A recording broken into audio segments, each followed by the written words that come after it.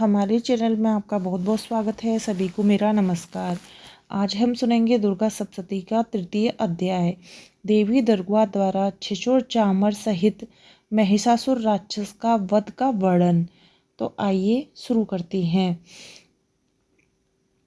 ऋषि कहते हैं, दैत्यों की सेना को इस प्रकार तहस नहस होते देख महादैत्य सेनापति छिछोर क्रोध में भरकर अंबिका देवी से युद्ध करने के लिए आगे बढ़ा।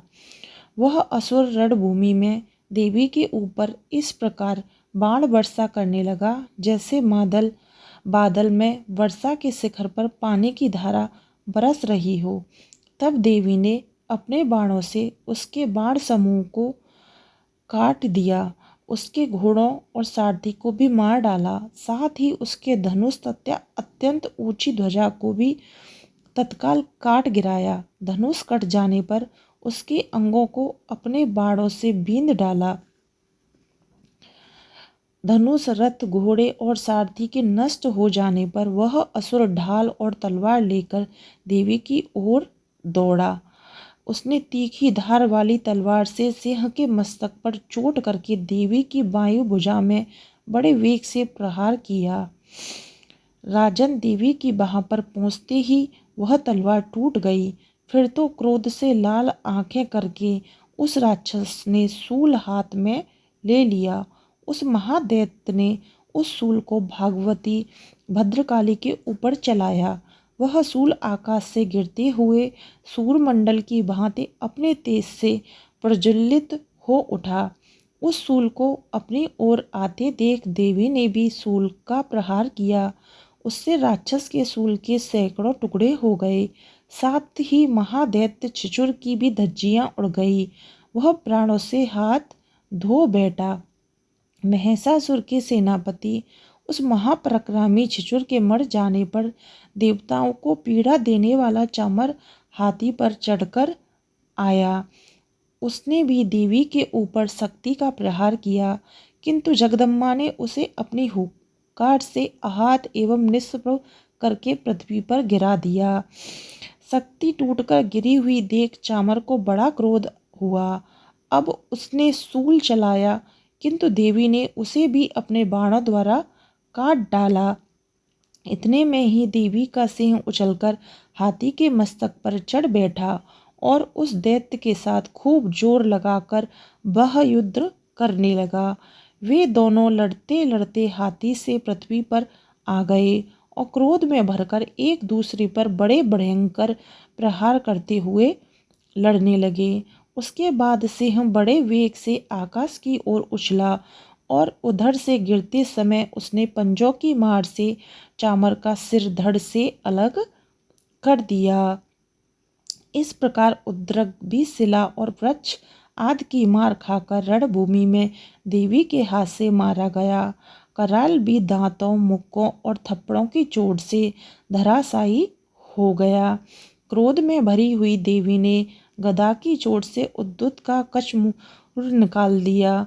विदपाल, वस्काल तथा बाणों से ताम्र और अधक को मौत के घाट उतार दिया।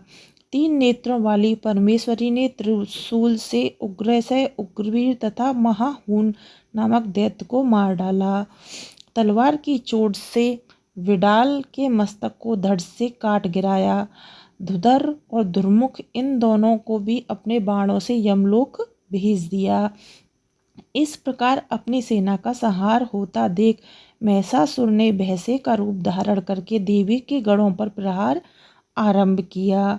महिषासुर थूथन से मारकर, खुरों का प्रहार करके, पूंछ से चोट पहुंचाकर, सींगों से बीदड़ करके, कुछ को सिंहनाद से, कुछ को चक्कर देकर और निश्वास वायु के झोंके से देवी के गढ़ों को धराशायी कर दिया। इस प्रकार गढ़ों की सेना को गिराकर वह असुर महादेवी के सिंह को मारने के लिए झपटा। इससे जगदम्बा को बड़ा क्रोध हुआ। उधर महापराक्रमी महिषासुर भी क्रोध में भरकर धरती को खुरों से खोदने लगा। अपने सींगों से ऊंचे ऊंचे पर्वत को उठाकर फेंकने और गर्जने लगा। उसके वेग से चक्कर देने के कारण पृथ्वी क्षुब्ध होकर फटने लगी। उसकी पूंछ से टकराकर समुद्र सब ओर से धरती को डुबोने लगा। हिलते हुए सींगों के आघात से विदीर्ण होकर बादलों के टुकड़े टुकड़े हो गए। उसके श्वास की प्रचंड वायु के वेग से उड़े हुए सैकड़ों पर्वत आकाश से गिरने लगे। इस प्रकार क्रोध में भरे हुए उस महादैत्य को अपनी ओर आते देख चंडिका ने उसका वध करने के लिए महान क्रोध किया। उन्होंने पास फेंककर उस महान असुर को बांध लिया। उस महासंग्राम में बंध जाने पर उसने भैंसे का रूप त्याग कर तत्काल सिंह के रूप में प्रकट हुआ। उस अवस्था में जगदम्बा यों ही उसका मस्तक काटने के लिए उद्यत हुई तो ही वो खड्गधारी पुरुष के रूप में दिखाई देने लगा। तब देवी ने तुरंत ही बाणों की वर्षा करके ढाल और तलवार के साथ उस पुरुष को भी बांध दिया। इतने में ही वह महान गजराज के रूप में परिणित हो गया। वह अपनी सूंड से देवी के विशाल सिंह को खींचने और गरजने लगा। खींचते समय देवी ने तलवार से उसकी सूंड काट डाली। तब क्रोध में भरी हुई जगत माता चंडिका बारंबार उत्तम मद का पान करने और लाल आंखें करके हंसने लगी। उधर वह बल और पराक्रम के मद से उमड़ा हुआ राक्षस गरजने लगा और अपने सींगों से चंडी के ऊपर पर्वतों को फेंकने लगा। उस समय देवी अपने बाणों के समूह से उसके फेंके हुए पर्वतों को चूर करती हुई बोली। बोलते समय उनका मुख मुद के मद से लाल हो रहा था और वाणी लड़खड़ा रही थी। देवी ने कहा, ओ मूढ़, मैं जब तक मधु पीती हूँ तब तक तू क्षण भर के लिए खूब गर्जना कर ले। मेरे हाथ से ही यही तेरी मृत्यु हो जाने पर अब शीघ्र ही देवता भी गर्जना करेंगे। ऋषि कहते हैं, इतना कहकर देवी उछली और उस महादैत्य के ऊपर चढ़ गई। फिर अपने पैर से उसे दबाकर उन्होंने शूल से उसके कंठ में आघात किया। उनके पैर से दबा होने पर भी महिषासुर अपने मुख से दूसरे रूप में बाहर होने लगा। अभी आधे शरीर से ही वह बाहर निकल पाया था कि देवी ने अपने प्रभाव से उसे रोक दिया। आधा निकला होने पर भी वह महादैत्य देवी से युद्ध करने लगा। तब देवी ने बहुत बड़ी तलवार से उसका मस्तक काट गिराया। महिषासुर के संहार के कारण देवता प्रसन्न हुए। फिर हाहाकार करती हुई दैत्यों की सारी सेना भाग गई। तब तथा देवता अत्यंत प्रसन्न हुए। देवताओं ने दिव्य महर्षियों के साथ दुर्गा देवी की स्तुति की। गंधर्वराज गान गाने लगे तथा अप्सराएं नृत्य करने लगीं। इस प्रकार श्री मार्कंडेय पुराण में सर्वाधिक मान्यता की कथा के अंतर्गत देवी महात्म्य में महिषासुर वध का नामक तीसरा अध्याय समाप्त होता है।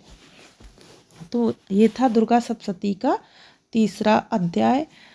वीडियो पसंद आई हो तो चैनल को सब्सक्राइब करें और वीडियो को लाइक शेयर अवश्य करें।